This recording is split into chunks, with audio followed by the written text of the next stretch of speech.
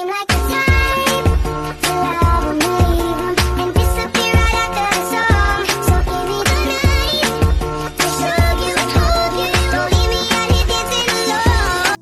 Di sini saya akan menjelaskan kembali mengenai tentang penegakan hukum Indonesia. Apa yang dimaksud dengan perlindungan anak Indonesia? Perlindungan dan penegakan hukum Indonesia dapat dimaknai sebagai daya upaya yang dilakukan secara sadar oleh orang lain maupun lembaga pemerintah dan swasta yang bertujuan untuk memperjuangkan pengamanan. Dengan demikian, suatu perlindungan dan penegakan hukum dapat dikatakan sebagai apabila memiliki unsur berikut: satu, adanya perlindungan dan penegakan hukum dari pemerintah kepada warganya; dua, jaminan kepentingan; tiga, berkaitan dengan hak-hak warga negara.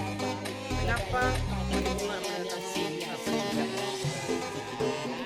Karena dapat menyelesaikan masalah berikut: satu, tegaknya supervisi hukum; dua, tegaknya keadilan; tiga, terwujudnya perdamaian dalam kehidupan masyarakat. Keberhasilan proses perlindungan penegakan hukum tidaklah semata-mata menyangkut ditegakkannya hukum yang sudah ada, akan tetapi sangat bergantung pada faktor-faktor berikut: satu, bergantung pada hukumannya; dua, bergantung pada masyarakatnya; tiga, bergantung pada penegak hukum; empat, bergantung pada sarana atau fasilitas; lima, bergantung pada kebudayaan. Peran lembaga penegak hukum dalam menjamin keadilan dan kedamaian. Satu, peran kepolisian Republik Indonesia. Peran kepolisian Republik Indonesia memiliki beberapa bagian. Satu, melakukan penangkapan, penahanan, dan penggeledahan. Dua, melarang setiap orang meninggalkan atau memasuki tempat kejadian. Tiga, membawa dan menghadapkan orang kepada penyidik. Empat, menahan orang yang merasa dicurigai. Dua, peran Kejaksaan Rakyat Indonesia. Kejaksaan Republik Indonesia adalah lembaga negara yang melaksanakan kekuasaan negara, khususnya di bidang penuntutan.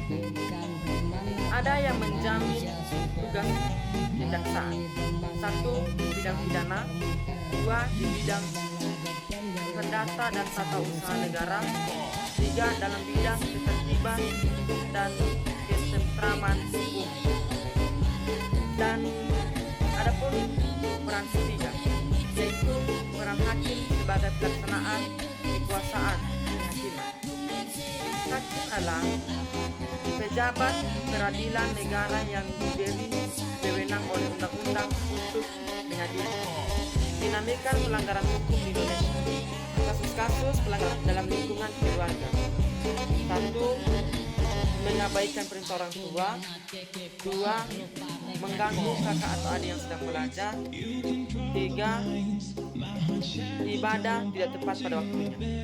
Dalam lingkungan sekolah: satu, menyontek di saat ulangan; dua, datang ke sekolah terlambat; tiga, bolos di saat belajar. Di dalam bangsa dan negara: satu, tidak memiliki KTP; dua, tidak mengikuti rambu-rambu lalu lintas; tiga, melakukan tindakan pidana seperti pembunuhan. Sekian dari penjelasan saya mengenai tentang Indonesia.